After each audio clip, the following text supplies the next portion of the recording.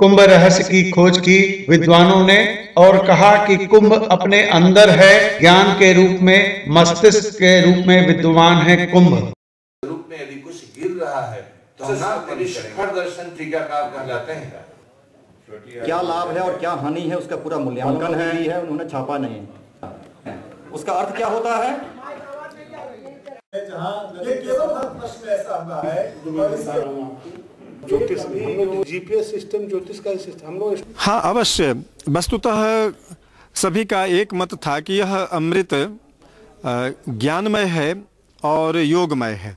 योग के द्वारा, अनेक विधियों के द्वारा, ध्यान के द्वारा इस अमृत को प्राप्त कर सकते हैं और जो आत्मा की अमरता है, अमरता ही अमृतत्व है, उसको प्रकाश के रूप में, ज्ञान के रूप में और ईश्वरीय कृपा के रूप में प्राप्त किया जाता है। वस्तुतः इस पृथ्वी पर आकर के कोई शरीर से चाहे कि वह करोड़ों वर्ष तक जीवित रहे तो ये हड्डियां जवाब दे जाएंगी। वस्तुतः शरीर की अमरता को अमरता नहीं कहा जाता है। आत्मा के अनुसंधान को, आत्मा के ज्ञान को प्राप्त करना और ऐसी ईश्वरीय कृपा हो जाए जहाँ इतने साधु संत, दिव्य तपस्वी आते हों, देवता भी मानव वेश धारण करके जहाँ स्नान करने आते हों, ये रहस्य निकला कि यहाँ आकर के इसमें निवास करना चाहिए।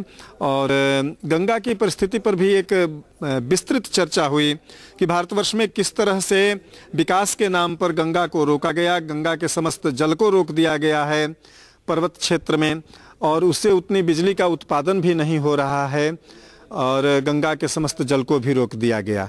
एक ओर जहाँ धार्मिक जगत क्षुब्ध है, वहीं पर कृषि में भी कोई विशेष लाभ नहीं हो रहा है। जल का प्रवाह दूसरी ओर जा रहा है। और चीन के सिस्टम को हम क्यों नहीं देख रहे हैं, जहां पर बहुत ऊंचे बांध नहीं बनाए जा रहे हैं। विश्व में कहीं भी इतना ऊंचा बांध, इतनी ऊंचाई पर जहां इतना भारी फ्लो हो और ज़मीन में धंसकन हो, वहां पर कहीं ऐसा भी किसी भी देश के वैज्ञानिकों ने, नदी वैज्ञानिकों ने ऐसा कुकृत्य नहीं किया है जैसा भारतवर्ष में गंगा को बांधने का कुकृत्य किया गया है। उन 1749 से लेकर के सन 2000 तक गंगा को बार बार बांधने का प्रयत्न किया गया और साम्राज्यवादी शक्तियों ने इसमें अपार धन खर्चा किया है। और चूंकि गंगा के तट पर 2 महाकुंभ लगते हैं, 2 कुंभ लगते हैं हरिद्वार और प्रयाग में, इसलिए हमारी धार्मिक भावना को रोकने के लिए गंगा को रोका गया है। क्योंकि अमेजन को पूर्णतः नहीं बांधा गया, मिसिसिपी मिसौरी को पूर्णतः नहीं बांधा गया, मरे डर्लिंग को पूर्णतः नहीं बांधा गया, बोलगा टेम्स को, दजला फरात को, नील को नहीं बांधा गया। तो भारतवर्ष में ही गंगा, यमुना, सरस्वती, कावेरी, नर्मदा आदि सभी नदियों को क्यों सुखाया जा रहा है? विकास के नाम पर किसी नदी की हत्या करना, विकास के नाम पर हिमालय को ध्वस्त करना, यह उचित नहीं है। यह देश के लिए मृत्यु तुल्य है। तो प्राचीन काल में था देवी देवताओं का, वो अर्थ आधुनिक काल में नहीं है। तो वैदिक काल और ये बाद में जो पौराणिक काल जो है, उसमें ये कुंभ और देवताओं की परिभाषा में बहुत अंतर आ चुका है। इस कारण से कई जगह भ्रांतियाँ पैदा हो जाती हैं। वेद काल में क्या? वेद काल में सबसे अच्छी परिभाषा है वो याज्ञवल्क्य मुनि की है, जो बृहदारण्यक उपनिषद में वो स्पष्ट बोले हैं कि 33 कोटि माने प्रकार के देवता होते हैं। 8 वसु, 11 रुद्र, 12 आदित्य, प्रजापति और इंद्र, ये 33 कोटि के देवता हैं। वैरायटी, बाद में कोटि का अर्थ कर दिया करोड़, वो संख्या बहुत बढ़ गई और वो लिस्ट कहीं मिलता भी नहीं है। ये भ्रांतियाँ बाद में पैदा हुई हैं। और जो ये देव और असुर के संघर्ष की बात है, जहाँ से ये कुंभ का घड़ा लेकर भागने की बात हुई और फिर वो छलक गया 4 स्थान पर, तो ये सब जो है कलयुगी समाज को समझाने के लिए होता है। भागवत के अंत में कहा गया है कि साधु जहाँ रहे उस स्थान को तीर्थ कहते हैं। तो जहाँ जहाँ अधिक साधु होते हैं वहाँ वो घड़ा का बूंद छलका, ये उसका अर्थ हुआ।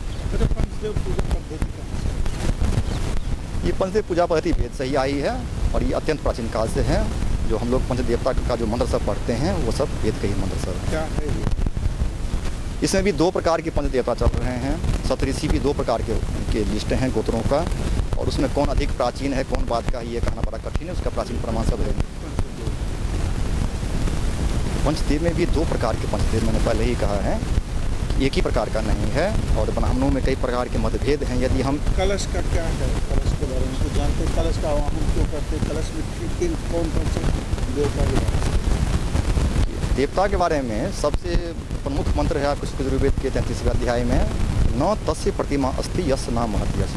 जो देवता सब जगह हैं, पूरी पृथ्वी पर हैं, पृथ्वी के बाहर भी हैं, वो एक मूर्ति में नहीं अट सकते हैं। लेकिन जिस निराकार की हम कल्पना करने की औकात नहीं रखते, हमारे पास वो बुद्धि नहीं है, तो हमको ध्यान में सहायता करने के लिए एक मूर्ति का भी सहारा लेना पड़ता है। उसमें हम प्राण प्रतिष्ठा करते हैं। उसी में फिर कलश के रूप में करें, उसमें आवाहन करें या कोई मूर्ति बना के परमानेंट उसको मंदिर का स्वरूप दे दें। ये भिन्न भिन्न विधियाँ हैं पूजा करने की। यदि हम टेम्पोररी पूजा करते हैं तो कलश में करते हैं, यदि परमानेंट करते हैं तो उसको मंदिर और मूर्ति का रूप देते हैं। कलश में कौन कौन से देवताओं का वो तो कोई उसका एक नियम नहीं है, आप जिस देवता का कीजिएगा। कि मान दसल में दोनों है, अपने जीव की मन अपनी क्या बौद्धिक स्थिति है उसके मुताबिक होता है। जब तक वो जीव और ब्रह्म में अंतर के स्टेज में है तब तक द्वैत मार्ग ही सही है उसके लिए। लेकिन जब वो अपनी वासनाओं को नष्ट कर देता है तब वो द्वैत के परे चले जाता है, वही व्यक्ति तब अद्वैत के लायक बनता है। अद्वैत की मान्यताओं का अद्वैत की मान्यता यह है कि आपका जो असली मैं है, आज आप यदि मान लीजिए फैसला करते हैं कि हम कल से सिगरेट नहीं पिएंगे और कल फिर आप फैसला करते हैं कि आज पी लेते हैं। परिचय तो वैसे मैं अभी पूरी गोवर्धन मठ का पंचांगकार हूँ और 9 स्थानों से भी पंचांग मेरा बनता है, उसका मैं